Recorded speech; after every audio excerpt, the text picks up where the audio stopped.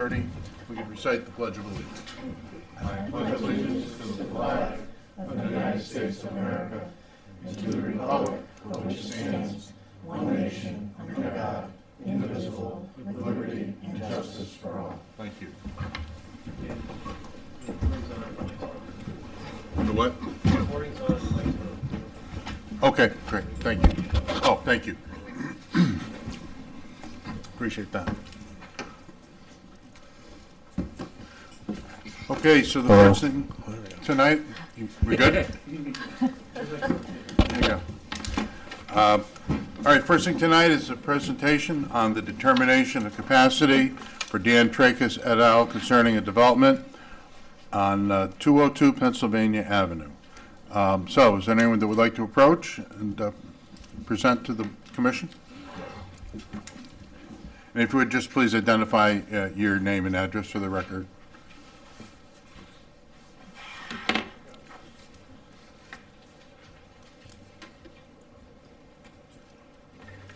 Daniel Trachis, 200 Pennsylvania Avenue, Niantic. For the record, it is, somehow the commission got it as 202 Pennsylvania Avenue. It's actually 200. 200? Yes. Thank you. Yep. 202 is the next door neighbor. She's not included with this. Okay.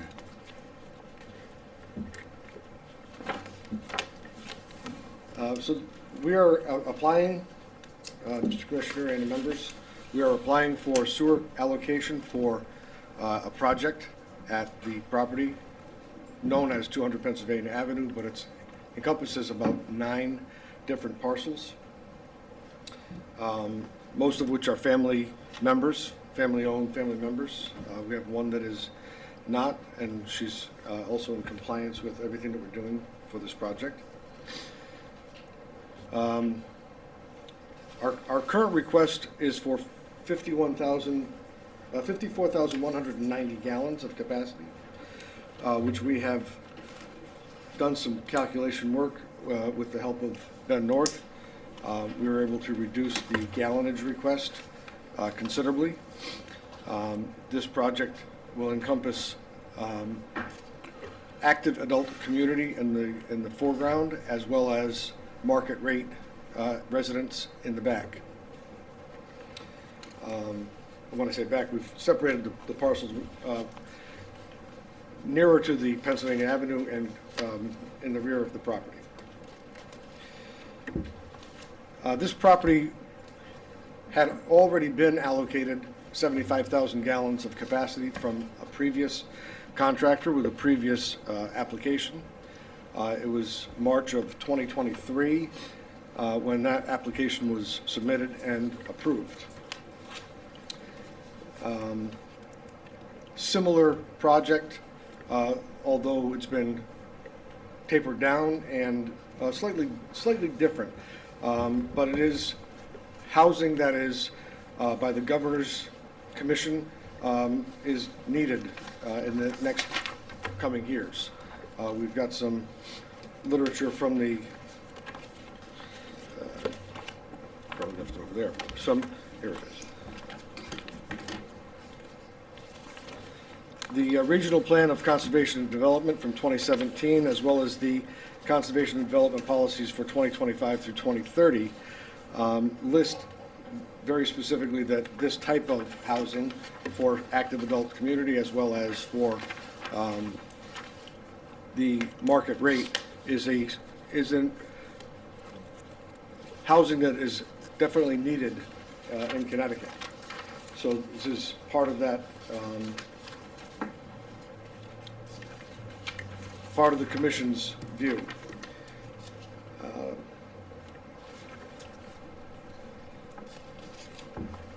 There's an estimated 10,000 new housing developments that will be needed, not developments, but 10,000 housing units that will be needed this year and the next few years.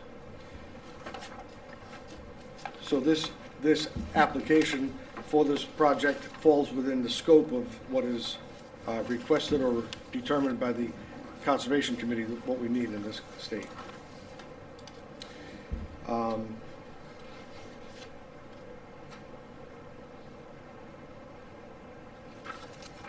The town of East Lyme, I'm sure you all are aware, we're allocated 1.5 million gallons of capacity of sewage per day to the sewage treatment plant. And currently, they've been using about 900,000 or a little shy of 900,000 gallons. There's always numbers that float in different directions, especially with that regard. But tonight I'm tasked with the consideration of proving that we have 54,190 gallons available to us to make the application and to make the permit for the request. All of the, so the previous developer in 2023 requested the gallonage. We've done a lot of surveying, we've done a lot of groundwork for that. The allocation for 75,000 gallons per day had been approved due to some health issues from the contractor and his inability to perform properly and get the applications in a timely fashion. That caused us to lose that capacity.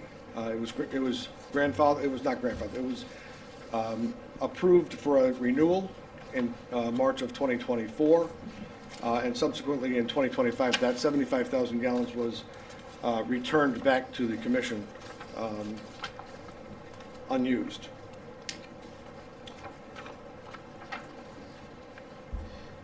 The gallonage that we were looking to use, of course, we're looking at, and I've done the calculations with Mr. North,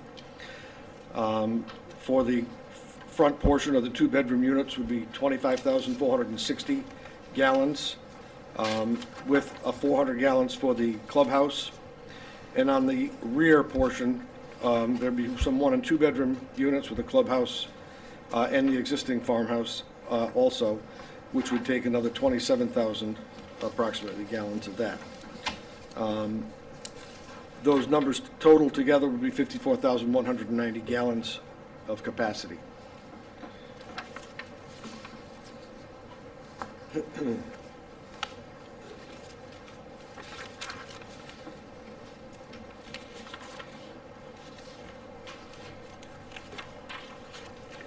So the big question always comes into play with regards to the capacity. There's not enough capacity. This project, by the way, was the initial application was submitted on April 5th of 2025, which was before the building moratorium that was based on lack of sewer capacity, or having people be tasked with providing more sewer capacity to the applicants and to the people of the town of East Lyme. Of course, the initial contractor offered to install the sewer main from the property down to the existing connection, including, you know, all the pipe work, all of the infrastructure that would be needed for that. There is a lot of grant money that he was aimed at using, so it would cost the town nothing to install this infrastructure. You'd end up getting additional customers, the same as with his project. So we would be doing the same thing with this application. Installing, this contractor that we're dealing with currently has, and we've had discussions with Mr. Cunningham and Mr. North, and Joe, we've had you in the discussions as well, Mr. Bergraw. The determination of whether they would go from the property to the main street or from the property to East Patagonic is yet to be determined. We're still working on those minutiae, the little details of that. But the contractor is willing to install the sewer at no cost to the town. They may use the town as a go-between to collect this funding, grant money, but it'll be no cost to the town. So the town will get sewer at no cost, and will get additional customers, which is what they're needing.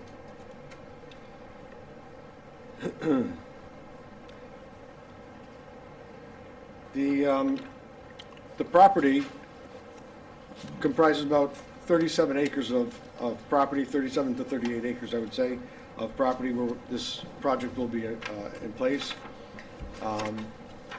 It is in the sewer shed area, and it is a project that we've been, as a family, we've been looking to ensure that the community is protected, as well as the town, the municipal infrastructure, but to beautify this town and create a memorial, really, for the family, and a place, it's an entrance into the town, make sure that it's suitable. The capacities that we're looking for, I think that you're going to find you have that availability to approve it for us again tonight. We are requesting 54,190 gallons. The 75,000 gallons that was returned back in March of 2025, you know, there's always the talk of the 137,000 gallons that's for the ticket holders. Well, we're a ticket holder. We just don't have the infrastructure in front of the property. Being part of the sewer shed, it avails us to that capacity, if it's available, and well, I think it is. So 75,000 gallons of capacity that was returned in March of 2025.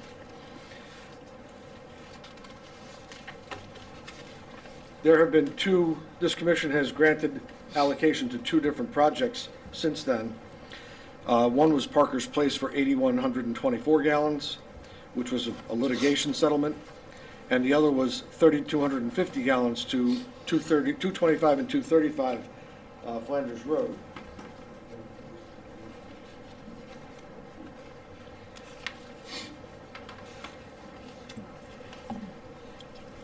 The remainder of the capacity, if you take those 11,374 gallons away from the 75,000 gallons that was returned, leaves 63,626 gallons remaining. Our request is for 54,190 gallons. The evidence clearly points to that capacity being available, since Parker's Place requested capacity. Attorney Heller requested it for Parker's Place the application was put in last year, August of 2024, for 8,124 gallons, and that was denied in November by this commission. After the return of the 75,000 gallons in March, the litigation settled with Parker's Place and gave them the 8,124 back again that they requested. And again, subsequently, the 3,250 was granted. So that clearly shows that the capacity that we returned is being used for requests for applications for the sewer capacity. So our capacity request of 54,190 falls well within that 63,626 remainder from the capacity returned.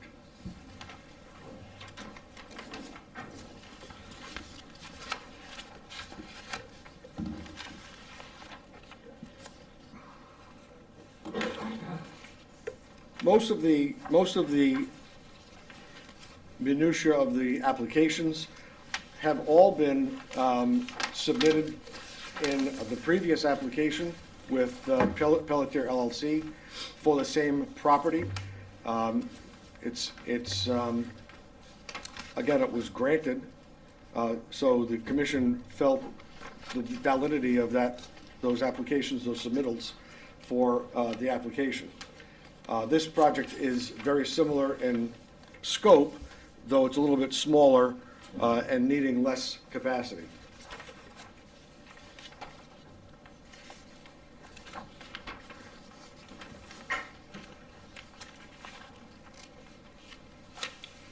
And I think that's about all I have to offer at this time.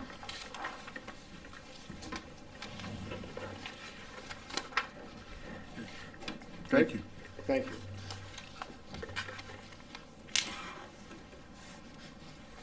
Anyone else who wants to present? Ben, did you have? Yeah.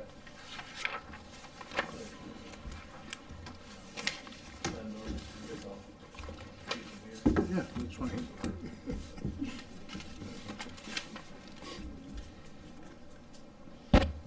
Hello, hello. There you go. All right, we'll see how long we got. Ben North, East Lyme Water and Sewer. I worked with Mr. Tracus on this application for capacity, and we did go over a number of things in terms of how the capacity was allocated. But first I want to start with introducing some items into the public hearing record, starting with the publisher's certificate, Exhibit 1.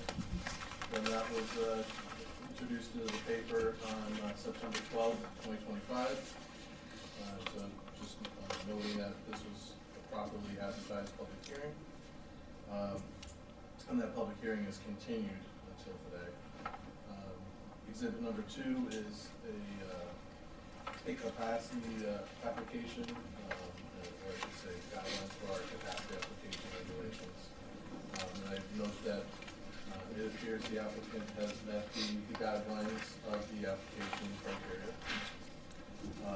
Exhibit 3 is the East Lyme Water Sewer Department's sewer capacity allocation May 2025 update that we've used throughout this hearing and for landmarks hearing. So we want to make sure that we're all talking about the same criteria. As well as our most recent water and sewer capacity, or I should say sewer capacities that we normally produce in our monthly report as Exhibit 4. And then finally, Exhibit 5 is Mr. Tracus's application, starting with the letter from J. Robert Tanner. So before I begin, I just wanted to clarify a couple of things. We heard a little bit about ticket holders, and Mr. Tracus believes he's a ticket holder. We've always understood ticket holders to be an entity that's been assessed, and he's either paid their assessment on the property for the use of land that it was assessed by, or that it has been assessed for a certain use of land. So to my knowledge, this property has not been assessed for the use of land that is before us today, and that's something that is obviously under consideration. And if capacity allocation was granted, it would be assessed for this land use type, but I just wanted to clarify that. It is within the sewer shed, as Mr. Tracus identified, but in my understanding of a ticket holder, it is not a ticket holder. The other issue that I wanted to just bring to the Commission's attention was a worksheet that was passed out that identifies some of the history behind a couple of other capacity requests, including the Pelletier allocation request that was initially approved in March of 2023. Obviously, a lot has changed with the water and sewer departments since 2023, where we have found it much more difficult to be able to get some sort of capacity either through a temporary transfer from London or from Waterford. At that time, we were feeling rather optimistic that we'd be able to do that, but we had learned in the subsequent time that was not something that was going to be entertained by those two towns. But we have made a lot of progress in requesting capacity, and we are working with New London and Waterford on a facilities plan that will allow us to act as a springboard into getting more capacity. And I think we're at a very important time in the southeastern Connecticut's capacity for housing development by working together and trying to solve this difficult problem. So I do think that we are going to be moving in a better direction very soon, and I think that these applications, not just Mr. Tracus, but others, have spurred an increased desire and understanding for the need for more housing in southeastern Connecticut. And obviously, the Water and Sewer Department is working diligently towards that end to make more capacity available. At this point, I would also make a recommendation that, given the allocation worksheet that we've been using, Exhibit 3, where we are holding capacities in reserve for ticket holders who have paid assessments or ticket holders who have been assessed for a certain use of land get priority. And that is something that we have held throughout numerous applications, that we want to make sure that what our understanding is at the current time of our obligations to the ticket holders and those that are assessed and may tie into the system will be able to entertain that option. I think that that's something that we need to work more on as a commission, and we have started working in subcommittee on our ability to put together a proposal for an engineering firm to look at these things holistically, really start from the bottom layer and work piece by piece through this process to understand what our obligations are at this present time. But until we do that process, I think that we would be wise to conserve what we have remaining for those that we already have outlaid in the system. That's all. Okay. Thank you. Are there any members of the public that would like to address the commission this evening? Mr. Christian, can I add to that? My Sure, comments? of course.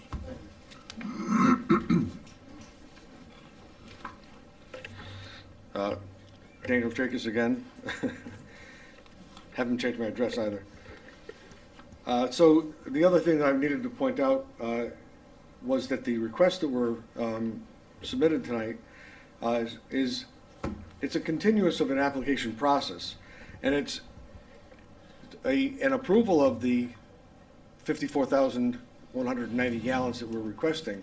We're not going to be turning faucets and flushing toilets immediately. This is a continuation of the application process. There's probably, a year and a half to 2 years worth of development that still needs to be done.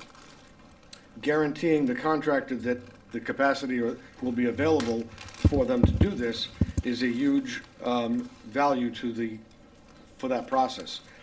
And instead of slowing down the works and allowing, there's a lot of details that need to be tied together, including the installation of the infrastructure that I mentioned to you before. We'll be, talking with you as first selectman and, of course, the commission members in order to make sure that infrastructure is achieved and attained properly. So there's a lot of planning that needs to be done, but to reject the calculations, I think, are there to show you that they are available, but to reject it would shut that off. And to approve it, I think, would allow that so that we can continue with the development in a process, in a timely manner, so that probably a year and a half to 2 years at minimum before anything is done. But you need to have the security of the capacity available. Okay? Thank you. So what Ben is calling a ticket holder is, if I may, is a people that have paid a sewer Yeah, they've either paid their assessment or they've been assessed right. for the type of land use that has been described on their property. So like something like this, it may have been originally assessed for a single-family house because that was there at the time of the assessment. But obviously, any time there's a change in land use beyond the original assessment, that assessment changes in a supplemental format, Right. and therefore is not a ticket holder. But that gallonage has already been set aside. Try not to forget that the original infrastructure, I believe, was paid for with taxpayer dollars, and my grandparents, having started in 1927, were part of that initial infrastructure that they paid their regular taxes, I think, helped to bond and secure the pipelines. The East Lyme system has been paid by the East Lyme ratepayers, not the taxpayers. Although it was fronted somewhat by taxpayers in 1988, but it's all been paid back by the ratepayers. I didn't get that refund check. What I'm trying to ask is that gallonage for the ticket holders, that's not part of this equation, that's already been set aside. Could you go to the mic? if you want to address Give the, an address. give your name and address so we have it for the record, please? Hi, my name is Ann Bunicor. I am from New London and Mystic, Connecticut. I'm a real estate broker at the Buena Vista Real Estate Company, and I've been involved with this project or this piece of land for over 4 years. So my question was, the ticket holder allocation of 137,000 gallons, that's already been set aside, right, Ben? That's not part of this formula. It's not being subtracted from the 75,000 gallons that was returned when Pelletier and Associates opportunity wasn't extended, correct? Correct. The 75,000 gallons is not included in any of these calculations. Right, so the calculations that Dan Tracus sent out basically said 75,000 gallons, which were originally put aside for this particular piece of land, got returned due to illness, et cetera, et cetera. And then a couple of allocations were given out that totaled about 11,000 gallons. And so the request today at 54,000 gallons still leaves a surplus of more gallonage, right? So with all due respect, my understanding is that this particular board, their job is to allocate capacity when they have it, and that it shouldn't be a political decision, nor should it have anything to do with the next phases of a project, which are development of a site. Now, being a marketing person, just a point of information, the elephant in the room is really, you want to say, what's the project? What is it? Well, even though that's not the question. Today, the question is just allocation. Do you have it to give? But on behalf of this community and the Tracus family, who has owned the property for over 100 years and has been very particular with how the property is going to be developed because they want to work in conjunction with the town as opposed to not in conjunction with the town. They do not want to work with a builder who is going to, and they've been very particular, who is going to, what's the word I want to use? I don't know what the politically correct word is, but who is going to not perhaps, even though it's not legally something that you can do, but they don't want to work against some of the hopes that the town would like in their future plans for development when it comes to residential.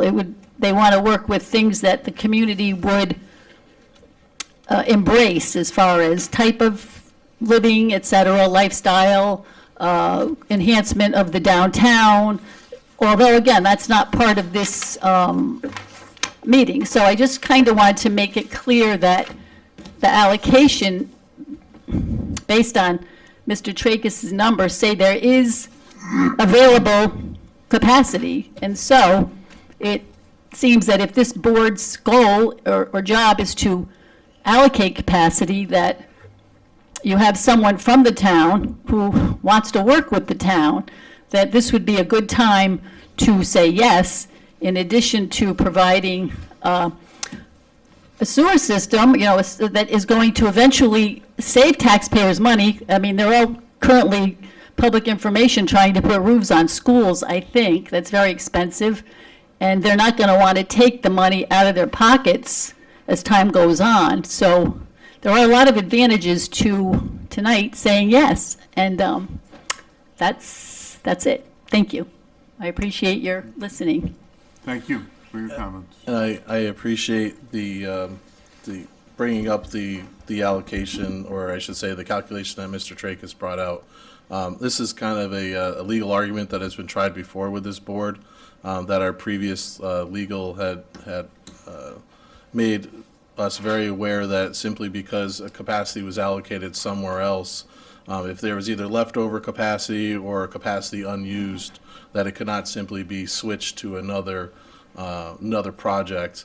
And this was something that we actually had an opinion done on some time ago that specifically forbids such a practice. So I just wanted to remind the commission that this is territory we've already covered before in trying to swap allocations for one project to another. May I ask a question, Mr. Chair? Yeah, you were Yeah, finishing your comments? Yes, of course. Does the applicant have a copy of what we're looking at here in Exhibit 3? Because it seems like there's some confusion between the applicant and the commission about the math, and perhaps if we were all looking at the same document, it might facilitate the discussion a bit better.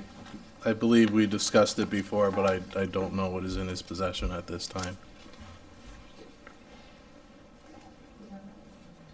I'm not sure what document we're discussing. It's exhibit.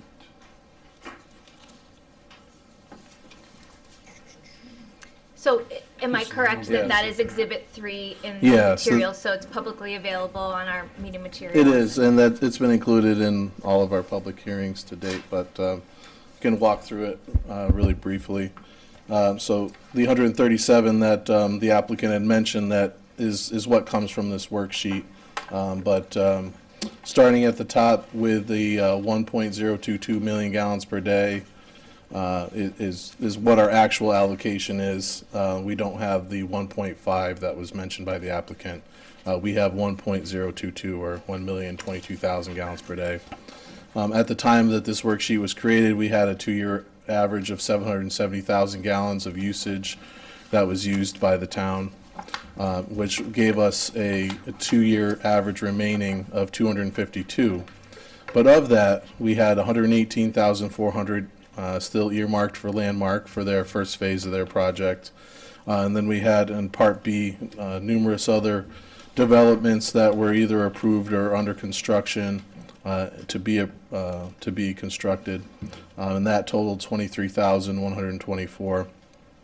So the difference between 252 and Parts A and Parts B left 141,000 gallons of capacity remaining, or I should say was 141,000 gallons in total. And then there's another estimated 137,000 gallons of capacity left for vacant properties that have been assessed and existing buildings that have been assessed but they have not connected. So that was the 137 that the applicant is referring to, which gave a total of outlays or obligations of 278,524, in which we had 252,000 average remaining, which gave us a negative capacity remaining of 26,524 gallons per day.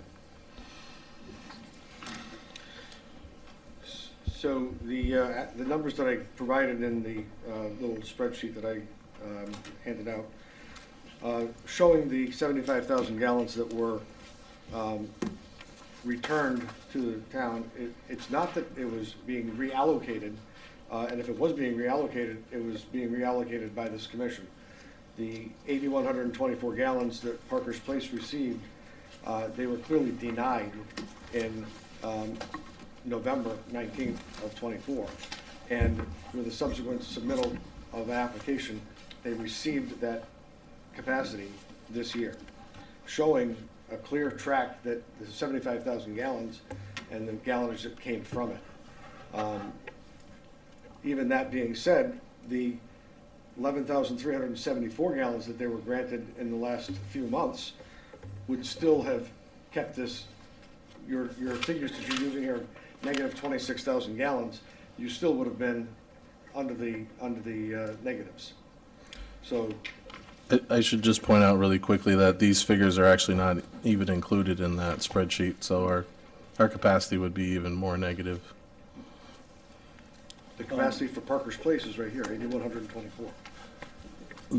But the capacity hasn't actually been allocated into the project. So in other words, we don't know what the actual remaining application is going to be, but we understand it's going to be 8,124. So we're using it as a placeholder right now. Mm-hmm. Right, but that's what I'm saying, your figure that you have of negative 26,000 gallons. You know, Right. we can debate gallonage numbers, you know, accounting practices, and that's why your commission is, or subcommittee is, hiring a private concern to determine exactly what the capacity is. That's correct. So, I mean, a lot of numbers can be shuffled around until that time. I can show a clear track that when 8,124 gallons was refused 4 months before it's approved, and the difference being 75,000 gallons that was returned to the commission, it shows a clear indication that those gallonage figures that were approved subsequently came from that gallonage that was returned. The, I just want to, I think there's the mystery here is 137,000 gallons are the ticket holders. All right, so, all right then, in the last year, what's the average ticket holder that applies for capacity? I don't know. It's not much. So, over the course, let's just say that 137,000 gallons will hold water, stand up for 10 years. It's like a 10-year window before it would evaporate if we did nothing. We're going to do something between now and then. That 137,000 gallons is the moving target. Your 75,000 was going to absorb some of that. We were going to be in the negative. We're in the negative. It's a fictitious number because the ticket holders are not signing up for the sewer at a level that's going to put us over the 1,022,000 at this point. My opinion, and we've had this argument, and people agree, disagree on this board, I believe we should absorb that 137,000 moving forward and then go after more capacity. We need customers, we need ratepayers, that's my belief. I believe these type of applications, this man's owned this land for 100 years, paid taxes on it, everything, has not absorbed a lot of schools. He's only got a handful of houses on it, stuff like that. This new community is not going to put a lot of kids into the school system. And I shouldn't even be saying that because that shouldn't be our opinion. My opinion should be, do I believe there's 54,000 gallons in this system to absorb that community? I do. That's our job here. That's our job. And the numbers, like you're saying, this is a moving target, just like, and I'll get in trouble for saying this, just like Landmark. Once he applies and starts using his 118,000 gallons, we're going to have to give him more. I wouldn't give him more yet, but he should start using that. Start building something. Prove to me you're going to do something. I believe he's going to do something. That's where we are. That should be the argument. We have the capacity in the 137,000. Are we going to absorb that before we move forward and get more capacity? And there's 400,000 gallons that the state has that they're sitting on. They're sitting on 380,000 gallons that they don't use. Those are ratepayers that we should be availed to. We shouldn't have to have a system that will handle that much sewage and not use it. That's my opinion. That's just moving forward, I think. And we've kicked this can down the road 20 years. We got to do something. So I'm not the authority to answer the question, but you did ask the question. I did have a little bit of research knowledge from my own research that I did for my project. In 2023, March, we applied for and received 75,000 gallons capacity. There were no other applicants during 2023 to this commission. And in 2024, I believe there was one applicant, and that was Parker's Place, and it was denied.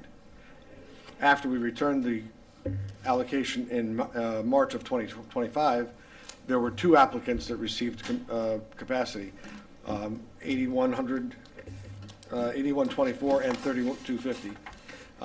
So in 2 years' time, there were only two projects other than ours that received capacity.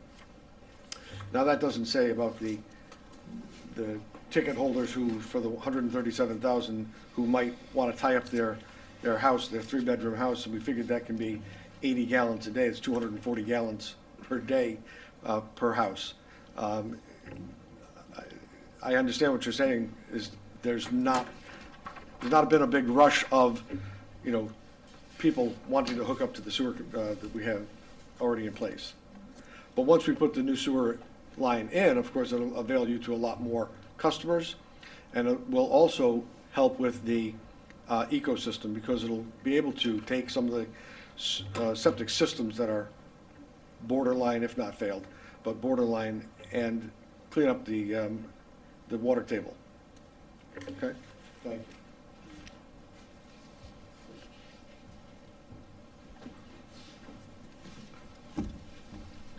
Comments from the board? The clarification, I think, that's needed, the conversation is a lot around the 137,000.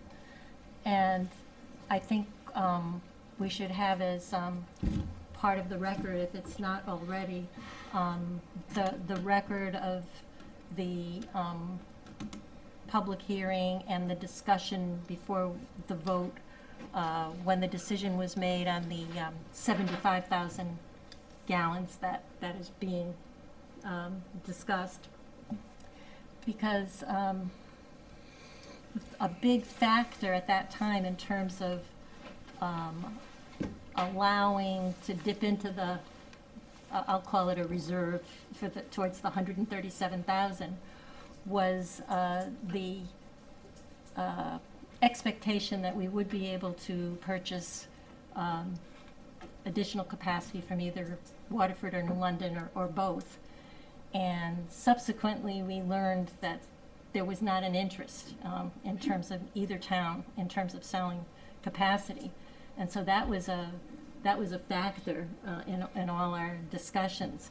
And so now, you know, we're aware that there is that reluctance, that we can't just assume that we're going to be able to go out and purchase additional capacity should we need it to meet our obligations for those who have been either assessed, not yet paid, but they have not yet hooked up to the system, or they've been assessed and they still yet have not hooked up to the system.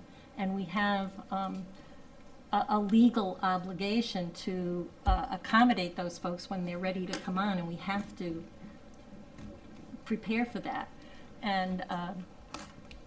And also, you know, some of that could be, what if there's septic failures and so on. I mean, we have to be able to respond. So the circumstances, as I understand it, have changed in terms of our knowledge about where we might get future capacity. And yes, we're working with Waterford and New London in terms of looking at modifications that can be made at the treatment plant to enable the treatment plant to take in more capacity, which would then bring more capacity to us. We're not sure exactly what that would be. We're not sure what the total cost of that might be. I mean, these are going to be major decisions, and I think we have to be careful about not promising capacity against, you know, and locking ourselves into a corner where we absolutely have to go forward with this project. And then what if the cost is so big that maybe Waterford and New London aren't, interested in going forward with the project? I mean, it's not a definite thing. It's something that there is interest among the three towns, but it's in an early stage. And so I'm concerned that we have to be prudent in terms of what we know, and not make the same mistake that was made before, where we were assuming that Waterford and London would sell us some capacity, and then that didn't materialize. And now, you know, I think we have to be more cautious in terms of, and I thought I heard that that's some of the concerns maybe that you have, Ben. Yeah, you know, I think you articulated a lot of the things that both outlined, you know, the situation that we were in at the time in March 2023 and where we find ourselves now. And I think we're much further along in engaging with them and moving in that process. But it's clear that neither one of those towns want to give up the capacity that they have. And further, based on the lack of response from the state, and I have been trying numerous times to hold a meeting with them, that I don't think they're inclined to give us their capacity either. And again, as a member of the subcommittee for looking at capacity, we have very specific agreements with the state of Connecticut. One agreement relevant to Rocky Neck, another agreement relevant to the National Guard camp, another agreement relevant to the Department of Corrections. And each one of those agreements, none of the parties can unilaterally change the agreement. So any change where, you know, if the state were to give the town more capacity, that would have to be negotiated. It's not something that we can unilaterally do. And am I? That's correct. Yeah. And the other thing that, should we get additional capacity from the treatment plant, my understanding is that the loan that the state of Connecticut gave from their capacity to enable Point of Woods to hook up to our system, which I'm not sure, I think that was something in the neighborhood of 105,000 gallons. And the loan that they gave to enable us to put sewers into Pine Grove, which is just shy of 40,000 gallons, that the state, in the agreements relevant to that, that the town of East Lyme would have to give that capacity back to the state. So 105 plus 40 is like roughly 145,000 gallons. We would have to give from any new capacity that we might get from the treatment plant. 145 would have to go to the state. So that even, and I don't know, you know, how many gallons we might get and what it's going to cost, and then we'd have the obligation per our agreements unless we negotiated something else. But we have to plan for that. We you know, it's a huge issue. Yeah, I think you've definitely articulated a number of issues that the commission should be well aware of that make this argument very complex and give us pause into allocating new capacity before some of these things are examined further.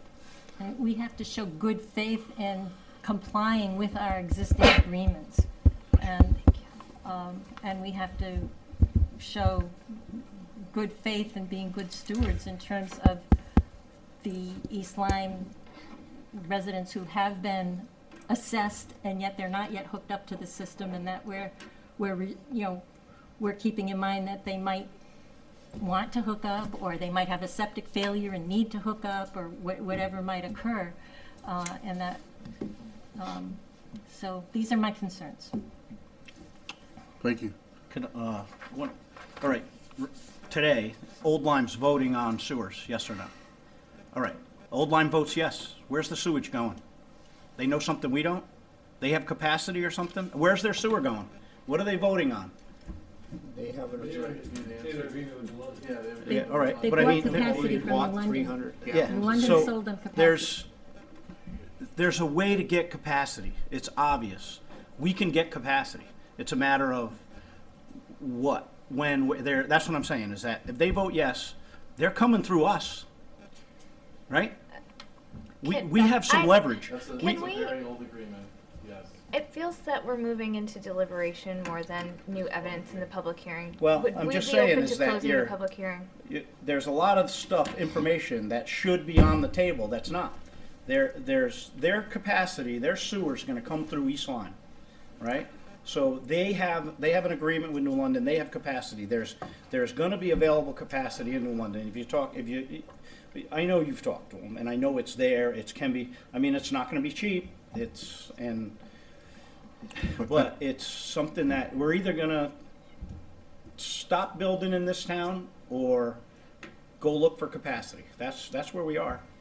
Well, I think the point's been made, and I agree with it, that this is really a matter for deliberation, and perhaps at this point, unless there is further evidence to be presented to the commission, we close the public hearing, and then we can move into our regular meeting, and then we can have these discussions in the proper forum.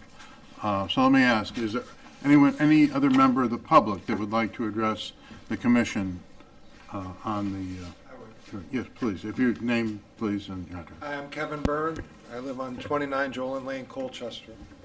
My mother is Alice Tracus, and George was my stepfather. So the land has been there in their possession for over 100 years. George had horses and everything. They took good care of it. We all went skating on Little Dodge. But now nobody's there and it's a liability, so something has to be done. Because it's such an old piece of property, I think you have to treat it like a legacy. It's not like a developer bought this and is asking for something special. This is a legacy family that needs consideration because they've owned the land longer than regulations. So that's all I had to say. Thank you. Thank you for your comments. Are there any other members of the public that would like to address the commission? Going twice? Going 3 times? I just want to be sure, one thing is, the sewer department monthly reports, are those all going to be part of the record? The exhibit I mentioned, yes. But I'm not sure, the exhibit that you mentioned, is it just particular months, or how far back does it go, or? Goes It's to May the 2025. allocation spreadsheet that is on the last page of your packet. Okay, It has all of the months of this year. But we could put in other documents on the record. You could put the sewer department monthly report as exhibit 6. You could put the East Lyme and state sewer flows history going back to 2015 as exhibit 7. And the follow-up to that worksheet that shows the average of previous years as exhibit 8. And finally, the graph of current sewer flows as exhibit 9.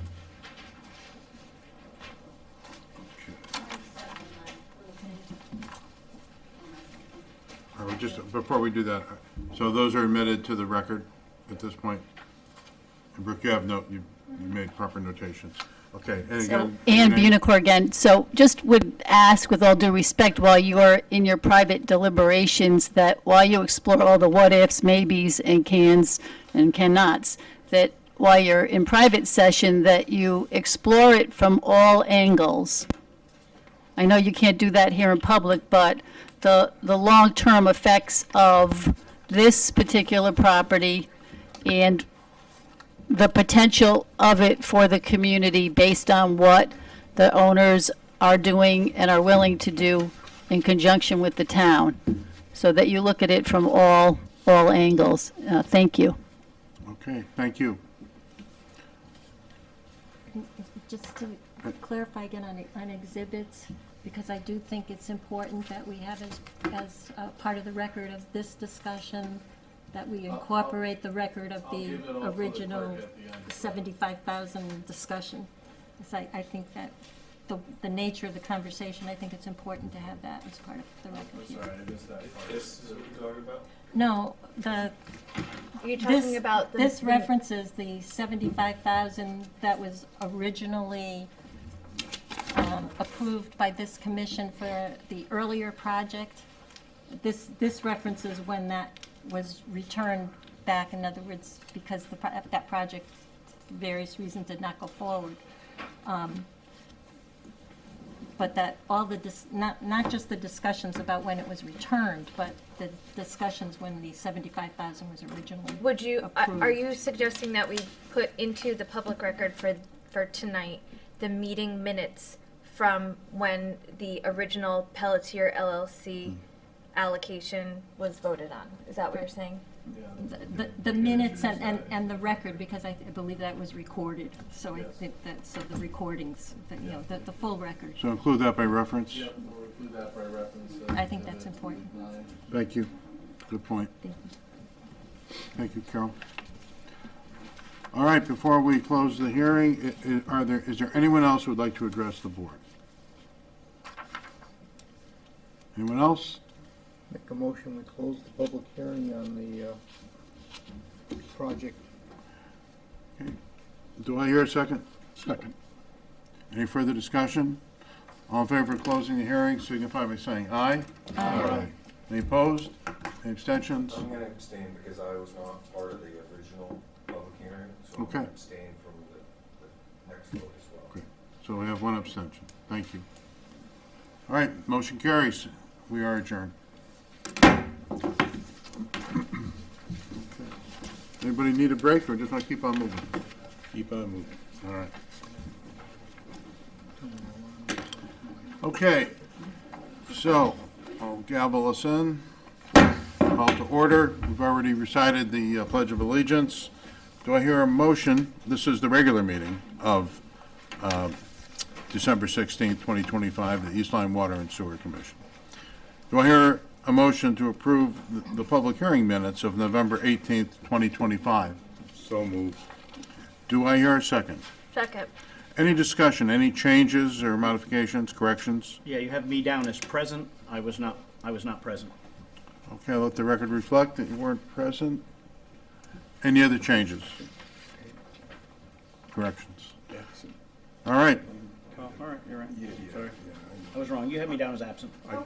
I missed the Oh, you word see- I've done the same I've seen thing, two different Dave. places. Yeah, I've done the same thing. I fell into that. It looks like it sometimes. Okay. All right, so the minutes as submitted are correct? Yes. All right. Okay, we have a first and a second. All in favor of accepting the minutes signify by saying aye. Aye. Any opposed? Any abstentions? We have 2 abstentions. So noted? Okay. All right. Motion carries.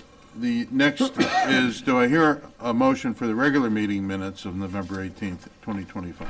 So moved. Do I hear a second? Second. Okay. Any discussion on those minutes? Any corrections? We're good? All right. All in favor of accepting those minutes of November 18th, 2025 of the regular meeting signify by saying aye. Aye. Any opposed? Any abstentions? Abstain. Okay. Abstentions noted. Motion carries. Delegations. Are there any public delegations that would like to address the board this evening? Appears there are none, so we will move on. All right, now we're at the point where the discussion of possible action on sewer capacity allocation for Dan Tracus et al. Regarding a development on Pennsylvania Avenue. All right, now we're in deliberations. So let's continue, let's start our discussion. Carol, I know you had comments before, and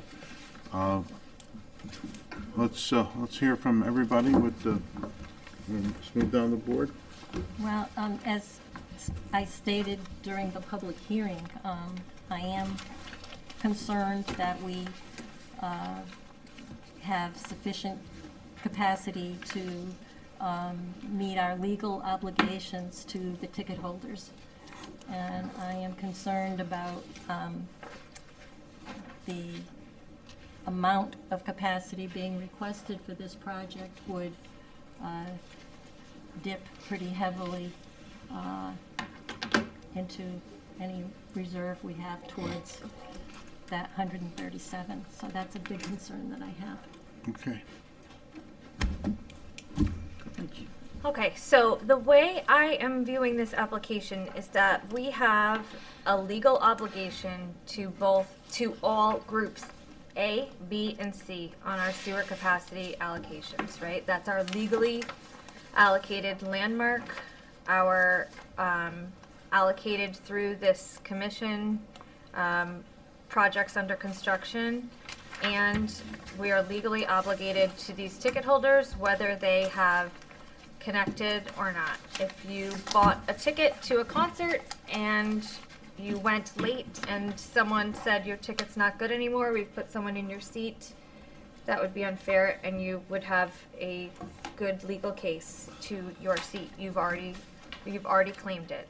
So I understand what some of my commission members think about whether or not that gallonage is actually going to be used, but until we address some kind of use it or lose it policy on Section C, we are legally obligated to save those 137,000 gallons for the ticket holders.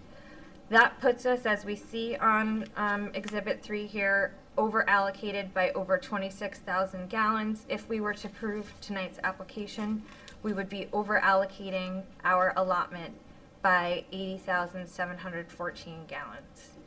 I want to make a couple other notes too. I just want to clarify that the The previous application for the 74,000 gallons, it was not given back. It expired in line with our regulations, so it wasn't like Not returned.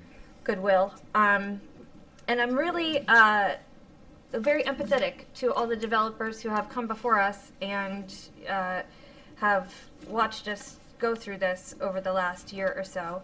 And I understand what a lot of people are saying, and I understand why we want to be accommodating to the applicants here, and that, you know, they are doing a number of things that could be beneficial to the town. But our charge is simply this spreadsheet. It is simply the mathematical calculation of the allocation. And until we have more, we are over allocated.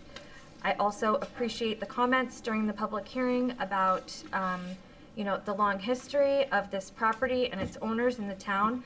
But one thing that we are definitely legally obligated against, that we legally cannot do, is treat a property differently based on what it will be used for, or who owns it, or, you know, what kind of citizens that they've been. So I just want to say that, you know, on the record, I fully acknowledge the value that this family has and the legacy that this family has with the town for over 100 years. But unfortunately, that cannot be part of our decision.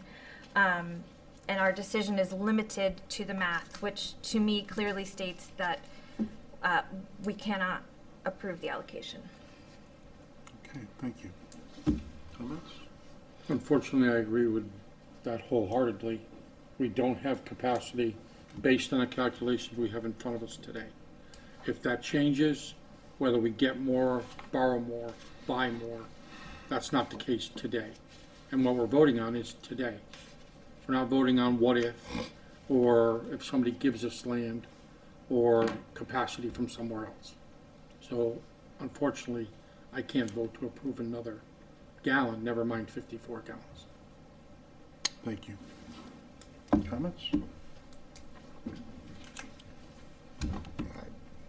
I think that, like some people have already said, we've been kicking this can for a long time, and it's really come to the point where we don't have what we want, and we've always talked about, is 137,000 gallons the correct number to be set aside?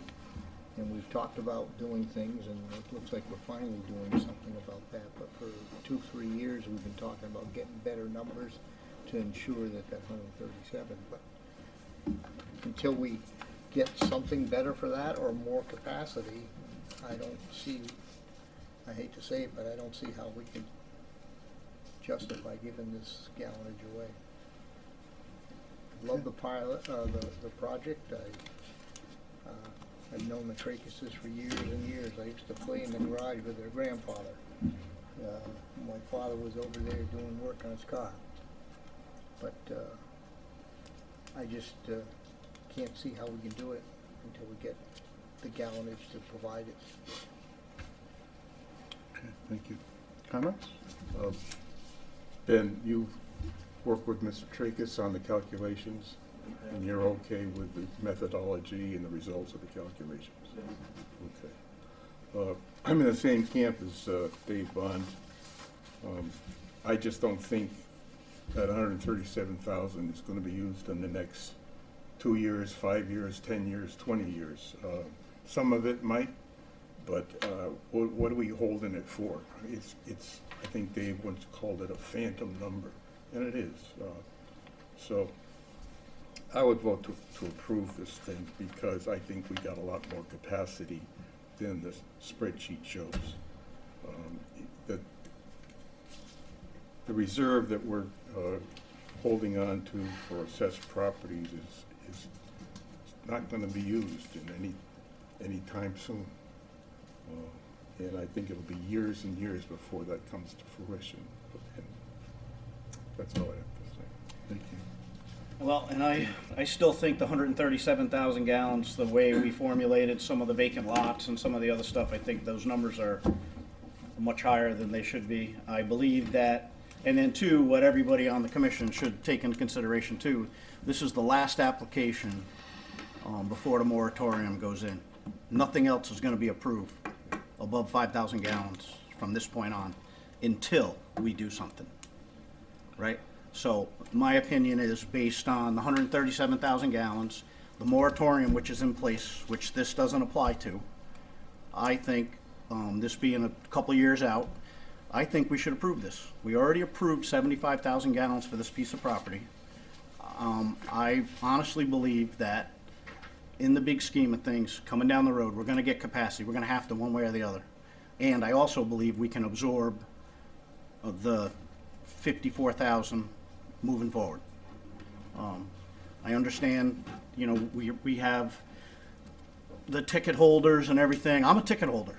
And, right, and the bottom line is, my street, the whole street's a ticket holder. Nobody's tying into the sewer. I have an acre of sand. I don't need sewer. My septic system is fine. So, and there's a lot of people down on the shoreline here that are in that same position. But the sewer goes by my house. They gave me a benefit assessment, so I'm a ticket holder that I probably will never use. Unless I come here and I want to build condos on my acre someday, right? But that's what I'm looking at it from that prism.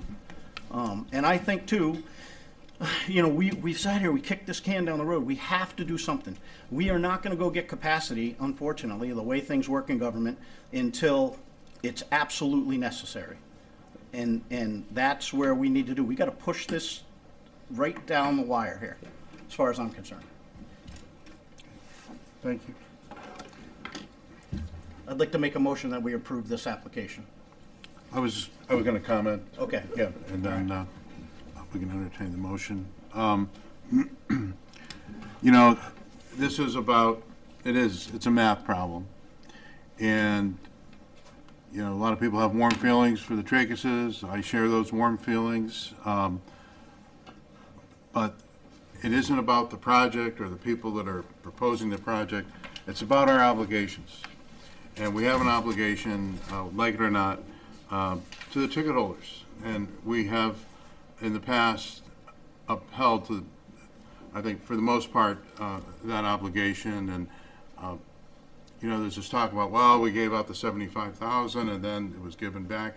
You know, the issue is, our perceptions were different then. I think there was this perception that, well, yeah, I think we'll catch it. Well, we're gonna get more capacity. We'll get relief from Waterford and New London. And those assumptions have changed. And because those assumptions have changed, I think being diligent tonight and doing the right thing requires that we deny this application. I regret to inform or suggest that, but we can't be thinking, we have to think about the math and about our obligations to those that are relying on us to do the right thing. So that's my feeling. So now if someone wants to call a vote, I think it's, unless there's any other comments, we can bring it to a vote. I'll make a motion that we approve this application for 54,000 gallons. Do I hear a second? I'll second that. Okay, any further discussion? So, all in favor of approving the application for the 54,190 gallons, signify by saying aye. Aye. Opposed? No. Nay. Nay. Abstaining again. So we have one abstention, so the motion does not carry.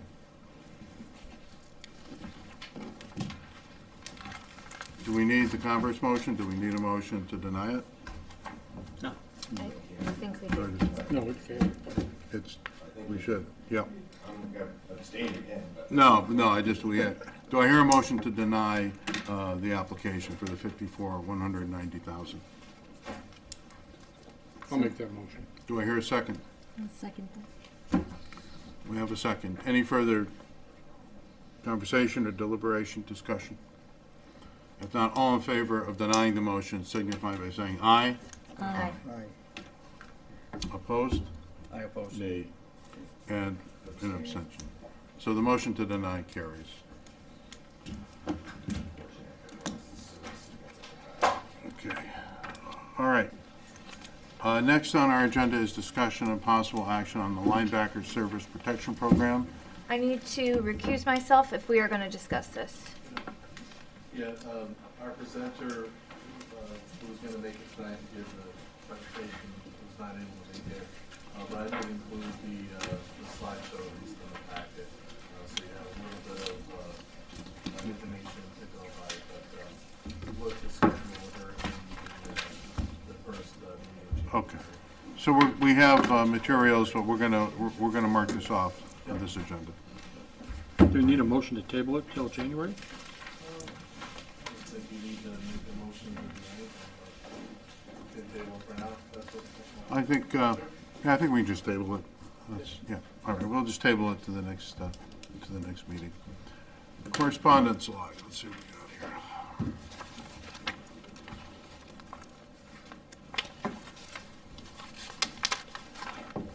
Can't find it.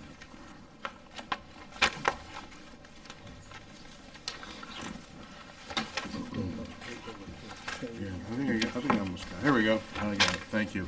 Correspondence to the East Lyme on 12/10/2025, to the East Lyme Water and Sewer Commission from the Waterford Utility Commission. It was the minutes of the 12/9/2025 meeting. Okay, there are no billing adjustments or disputes? Not yet. Okay. I may have my pipes froze and broke, so I'm waiting to see how many gallons, All right, let's see. shower. Approval of bills. There are none? None. Okay, and we have the finance director's report. He did include the figures, but he wasn't able to be here tonight. So, does anyone want to cover that, or we, Ben, you feel comfortable? No graphs. No graphs? What's that, Ben? Our numbers are in healthy shape, but yeah, I'd like to cover it. Okay, so we'll just let the report that was included stand on its own. Discussion of possible action on the fiscal year 2025 final transfer request of water and sewer accounts. Did you want to address that? So, traditionally, water and sewer were treated a little bit differently, in that staff was allowed to make recommendations to the finance department and to the chairman to reallocate funds in the budget line funds for operating accounts. To be more congruent with the rest of the boards in town, it's been recommended that we start that process as well. So typically what you'll see going forward is either a quarterly or as needed basis for a formal request to reallocate funds for different uses, especially if a certain budget line is going over and we anticipate that we'll need to be spending more money on that account. So this is basically a fiscal year 2025 request for transfer for operating funds. You can see that they're broken into Exhibit A for the water department and for Exhibit B for the sewer department on the following page. I'll just remind the commission that transfers out will be shown in the parentheses as money is being taken out of that account, whereas transfers in will show money being put into those accounts. So that when you're looking at that, you can see how money is moving back and forth. The water department had these transfers that they made throughout the fiscal year 25, and we're looking for approval for that, as well as those for the sewer department. I can go through them line by line if the commission wants, or We can net zero impact. yes, so net zero impact. That's zero. Just so, I mean, this happens every year. Yep. This is the first year the Director of Finance asks us to do it, which kind of goes off guard. It's not something, because the town does it, but this is not anything new. This happens all the time, so this is memorializing what the town's doing and as Francis going forward. We'll be doing it on a regular basis at the request of the Director of Finance. Just to clarify, as kind of a reiteration of Ken's question, though, there's not any particular line item where there might be an issue down the road because of this transfer? This is for last year, fiscal 2025. It's a net zero. Okay, So it's actually occurred. Yeah, and this already happened in your. thank you. So we're catching up to, 6 months later. we're catching up with reality. In that case, can I make a motion to approve the requested water department transfer for fiscal year 2025 as presented in Exhibit A for a total of $129,188? Do I hear a second? Second. All right, any further discussion? All right, being done, all in favor signify by saying aye. Aye. Any opposed? Motion carries. Do I hear a motion with respect to the sewer department? I would also love to move to approve the requested sewer department transfer for fiscal year 2025 as presented in Exhibit B for a total of $406,136. Do I hear a second? Second. Any further discussion? All in favor signify by saying aye. Aye. Any abstentions? Any opposed? Motion carries. All right. All right, discussion on possible new water sewer rate structures and schedule.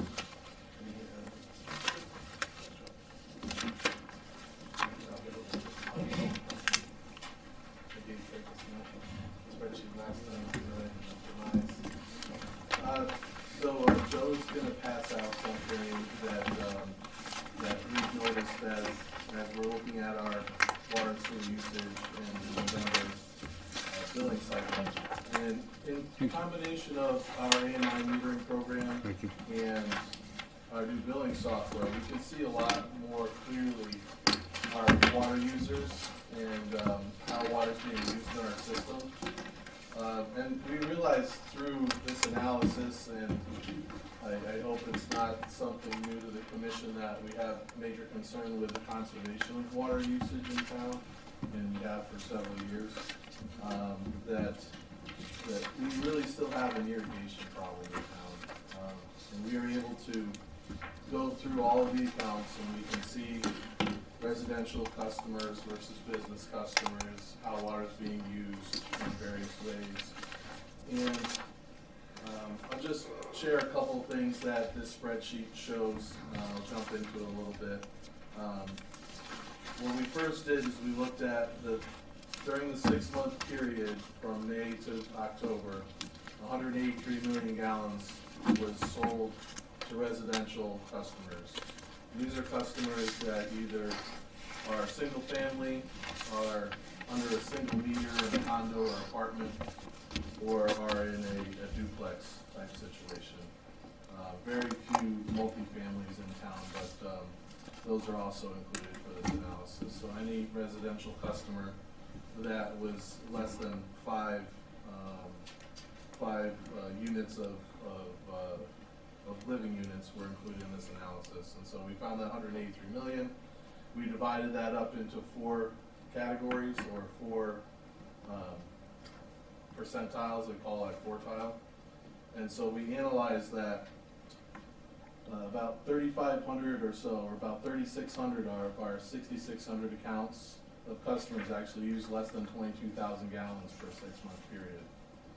So that block is 46 million gallons of water that was produced. So you had 3,600 accounts using the 46 million gallons. The next line is about 1,600 or so customers that use between 22,000 and 38,000 gallons of water in that 6-month period. Both of these groups are what we would call our typical users, and between the two of them, it's roughly 75%. Actually, it's closer to about 80% of our customers in town, and they use about 50% of the water.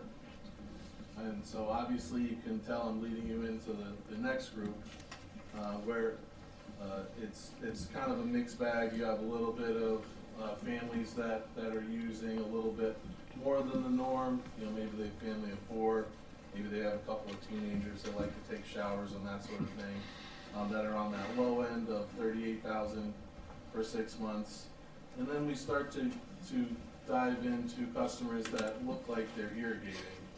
And we haven't reached a level of clarity where we can see every single meter at a given time in this 1,200 accounts or so. But we're starting to see that these two areas are where the irrigation is occurring. And so we have about 900 customers that are in this other quartile. So again, you have 900 customers that are now using 46 million gallons. And then finally, you have 300 customers that are using that other 46 million gallons of water. How many, can you say that number again? 300 customers. 300. So that works out to be about 5% of our residents. And again, these are residents. We've isolated their usage from commercial, from businesses, from every other entity in town, and found that on average, that group uses about 960 gallons a day,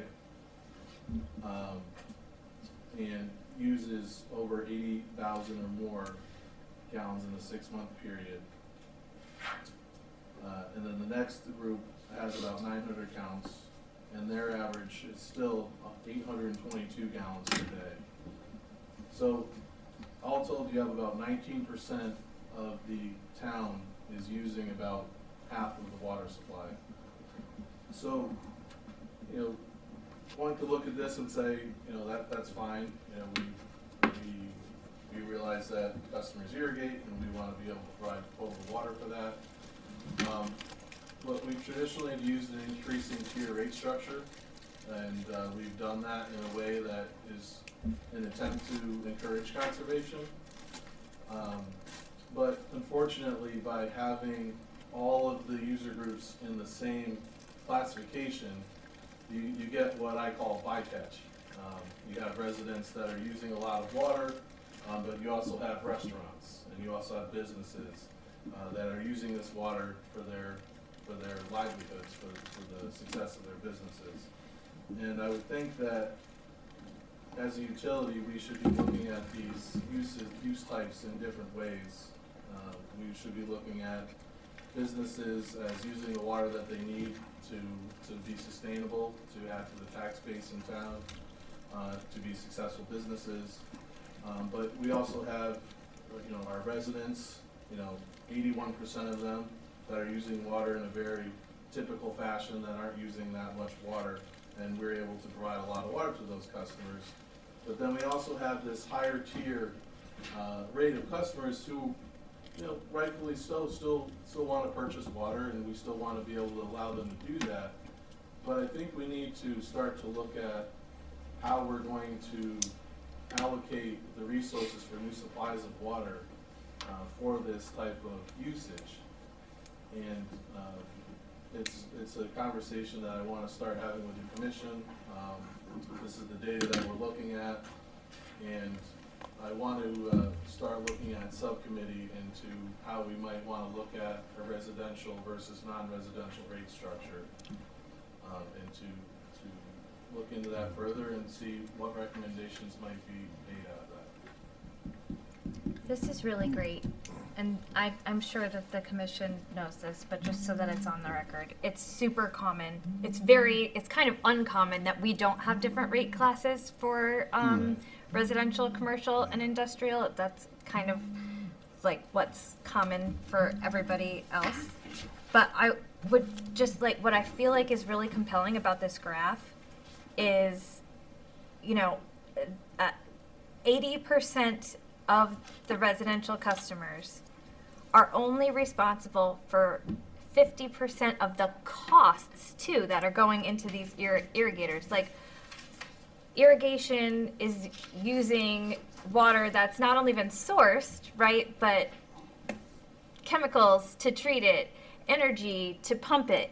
Like that extra, 25% of water being used by 5% of our residents costs all the rest of the residents a lot of money in, electricity, treatment, pumping, you name it.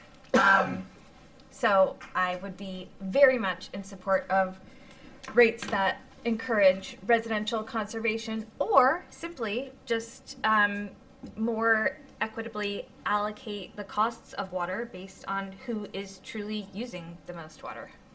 One of the, unfortunately, sometimes there's a lot of social media about our bills and stuff like that.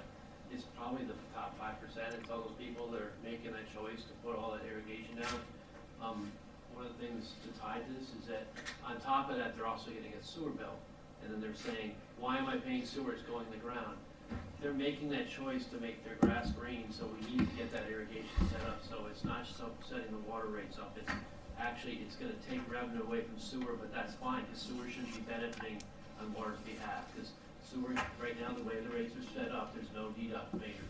We actually just did a deduct number. The problem is the number's it's high. So there's no incentive to do it, and we're not putting a rate in there that's gonna make no incentive to get the water to the water company, and the sewer department should not be benefiting because people are irrigating. So we're gonna, the main thing is we wanna get a subcommittee meeting, hopefully in January. We just wanted to kick it off and let the commission know that it might take some work, and unfortunately we have spring rate hearings, so there might be an element where if we can't get it done, we might do as best we can now and have to have another rate hearing to just tighten everything up in the fall, but we need to get this thing right this year. Yeah. How much information can you provide us in short, I mean, from other water companies you work with on different structures? Because I'm a keep it simple guy, okay? And if you get trapped when you try to have, 18 choices, maybe we learn from some others and how they've done it. It's a common thing to have a different, I mean, right off the bat for me, I feel like you're discriminating. I mean, if I'm using it for a laundromat or I'm using it to irrigate, what's the difference? That's the difference, because the laundromat requires you to have water, and if you're using it for irrigating, you're choosing to, it's not like essential use, right? So you're driving up. And essential is a relative term, right? I mean, who decides essential and non-essential? I mean, does the guy really need a laundromat? Do we really want the laundromat there? It's like, too, I fall into the higher categories because I have a garden and I irrigate a garden. So I'm gonna be punished for having a garden, right? You don't have sewer, so you benefit because everyone that's on sewer as well is paying sewer and it's not going into sewer system. Yeah, so the other piece that we wanted to touch on quickly was that, we've looked at installing sewer deduct meters, and that would work in a system where all of our residential customers are also sewer customers, but as we discussed, I guess, on the side of it, a lot of our customers are not tied into sewer, and so there's really no incentive for them to go look for a relief on their sewer bill with a sewer deduct meter. So we really thought that, and this is something that we were tasked for, to answer Ken's question, by the DEP and by DPH to try to find ways to conserve water and to limit the amount of water that we're producing so that we could sustain further housing if that was something the town wants to do. Something that frankly hasn't been part of the conversation with the commission is how stretched we are on our water resources as well. It's not something that we take lightly at staff level, and frankly, as soon as we get sewer capacity, we're going to need to look for more water capacity as well. So trying to put the usage to categories that could enhance conservation or build capital resources to new sources of supply are something that staff needs to look at, and the commission can decide however it wants to either have a flat rate structure or have a graduated structure. But this is something that we have been understood that we have been tasked with from DPH and DEP, and so the commission is going to need to make a decision on how it wants to move forward in this regard. Now what about the marinas? That's a luxury, right? Is that a luxury tax now on the water for all the water they use at the marinas, or that business? That's what I mean. You're going to go down a rabbit hole as... Typically, it's residential, commercial, industrial, Residential, right? commercial, industrial, no discrimination though. If you're residential and this is only residential. So you're not getting the benefit Ben is talking about, right? You're not getting an irrigation tax. you're gonna say all these No, people no, are no. residential So rate. yeah, this was really meant to be a really high-level conversation today, but we would consider looking at irrigation and through a commercial account to be a mandatory activity and to be charged at an irrigation rate, which the commission has an irrigation rate. We have tried to identify irrigation as a usage that is beyond the typical domestic usage, but we don't have any kind of druthers as to which way we do this. All rates are continuing to rise, and we can either spread that cost out evenly across all the ratepayers, or we can have, or continue to have, I should add, a structure that is already in place, but modifying it so that we don't have this bycatch with a large commercial development is paying the same water rates as a different entity simply because they're in the wrong category. So that's all this conversation was meant to be about, but It's tough to certainly decide it what seems categories like people a go lot for. more I mean, conversation about it. But you're gonna categorize us based on our gallons use, not what it's really being used for. No, that's No, not what she's suggesting. that's not what I'm Michelle's saying. suggesting that we have, like, in your example, does the industrial user pay more and then the business pays a It's little all more? different. It's all different, Ken. And So- everybody does it a little differently. My point was that, and they typically go for a cost of service rate structure so that you identify what are the costs to serve your 3 customer classes, and then divide that up among the customer class. Okay. Right? So if the, Now if it costs me $100 to serve all my residential customers, and 5% of those customers So are you responsible have for a $25 of my scale cost, for then I each want of those the- 5% to I pay got you, more. I got you, sure. Yeah. So if, it would be helpful if we knew Yeah. some examples. So one of the things. So we're not creating something from scratch. What we're proposing right now is Michelle, Roger, and Dave, I believe, are on the finance subcommittee. We're gonna try to get a subcommittee meeting just to start, so we have 3 members of the commission that can start the discussion with. It's still a public meeting, and then, based on what we talk about, you guys are going to report it back to the full board. But the subcommittee, we probably can get a lot, there's a lot of, there's a lot of lemon to this, so it'd be better held at a subcommittee meeting. Just a question about how do places identify that a certain usage at a residential location is for irrigation? How do you distinguish that usage from just, the family We would using say- water? Well, we've done a lot of analysis on what a typical household uses. We know how much sewer a typical household uses. We've shown those reports tonight for some of the developments in town. So we have a very good understanding of what a typical household uses. But the beauty, I guess, I would call it the beauty of this type of system, is that you have a rate structure that is based on different volumes, and so you look at what those typical uses are, and I explained in a couple of examples, the high tier usage is using 961 gallons in a day. I don't think that's typical household usage.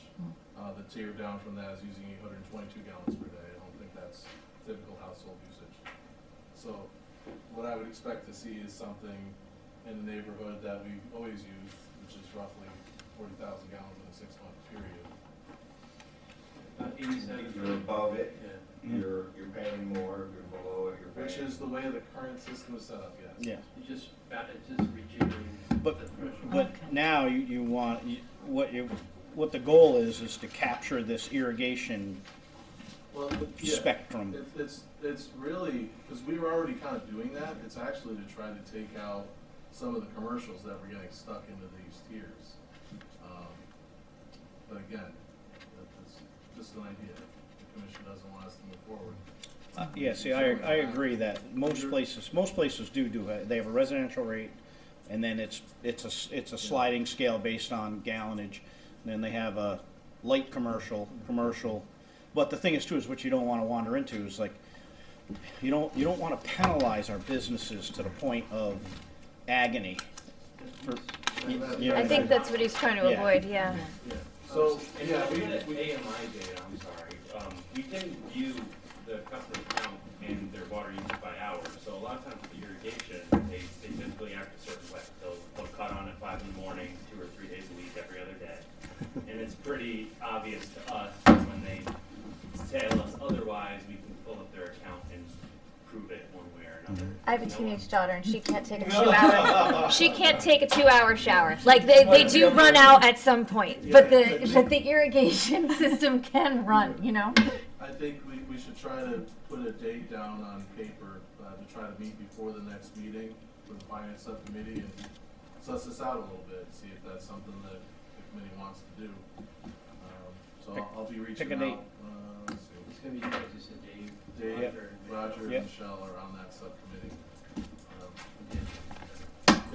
So, usually we like to do 3, 4 o'clock in the afternoon. Yeah, I can do it. And most weekdays, we're all available. We can try to set something up now. If it's something that we'd like to do. I can do any day. Yeah. I wish. Retirement has its perks. How about Christmas Eve is good. Wednesday the 14th, 3 o'clock? Michelle, can you make that? Hold Is that- on. Is that hard for you, 3 o'clock? Hold on, let me see. It depends on the day. 3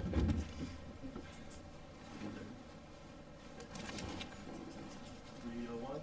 I cannot do the 14th at that time. How about the 12th? The 12th I can Not the do. 12th, yeah, I guess we could do the 12th. I'd rather do the 13th. The 13th I cannot Tuesday, do. the 13th. Cannot? No, cannot. Monday the 12th. Or Thursday the 15th. Yeah, sure. Thursday. Thursday the 15th. Okay. 3 p.m. Thank you. Am I at that meeting, or? Yeah. Yeah, okay. So which day we're gonna do now? 13th? Monday, 15th. sorry. Thursday. Thursday, 1:15. We'll send it. Just send me an email. Yeah. At 3:30? We'll send it. 3 o'clock? 3 o'clock. 3 o'clock. It'll be Thursday, Does anyone need us to go in there? the 15th. All right. I'll be in real life. 3 o'clock, okay. IRL. I'll be there too. I want, I don't So you'll have send an FOMO. invite out? Yes. Okay, all right, so I'll wait for that. Yep. Why did I Interesting write it stuff. down when I had my calendar? That's all I have. I almost wrote it down, then I put it in. AI says it's Pareto's efficiency model that we're looking at here. Yeah. That's what it is, the Pareto rule. All right, Chairman's report. So, as everybody knows, on the other side, we're going to be delving into the budget preparation. So we're going to be getting pretty busy on that in the next few weeks. On a different note, I did attend the I-95-161 project meeting today, and they are 75% done with that project. They're still, I think, trying to hold to 11/30/26 for project completion. They're at what they're calling Stage 5, which will be, they'll be pouring, if you're heading north on the left-hand side, you'll see that there's a lot of rebar sticking up and forms. They're going to be pouring that wall, possibly tomorrow, parts of it. So that western wall will be nearly completed, and then they'll be working on the footing for the other wall. So it's moving along. Their blasting schedule got delayed, so there will be blasting, we think, next week. So just be looking out for that. If you get an alert or you're in the area, there might be some delays. So that's pretty much it for my report. Just want to make everybody aware of that, what's going on with that project. Any staff updates? Water Department monthly report? I'll just answer any questions that the commission Had may have. a bust, how'd that work out? You had a water pipe bust? We've had several, yeah. The staff has been doing a great job repairing them quickly, and the back truck has been really essential in getting us in and out of there quickly. We've had a couple on Chesterfield Road now. We had a couple more over last weekend, but that'll be an extra course. Yeah. We're definitely getting into main break season. Yeah, I've seen that vac truck out there. That's really an impressive piece of equipment. Yeah. Yeah, that was a good move. All right, future agenda, sewer capacity subcommittee. We'll be Yeah, working on that. yeah, we need to set a date for that. And finance subcommittee, Yeah, we just said that. That's the one that we set. that's the one we just Yeah, set. we'll reach out to set the sewer subcommittee, but, All right. And then capital projects, as we're doing on the other side. yeah, when we get a proposal for PFAS, Yeah, we'll meet for that. okay. All right, then I think that just about does it. Do I hear a motion to adjourn? Second that. Do I have a second? All in favor? Signify by saying aye. Aye. Any opposed? No one's opposed. All right. Happy holidays, everybody. Absolutely.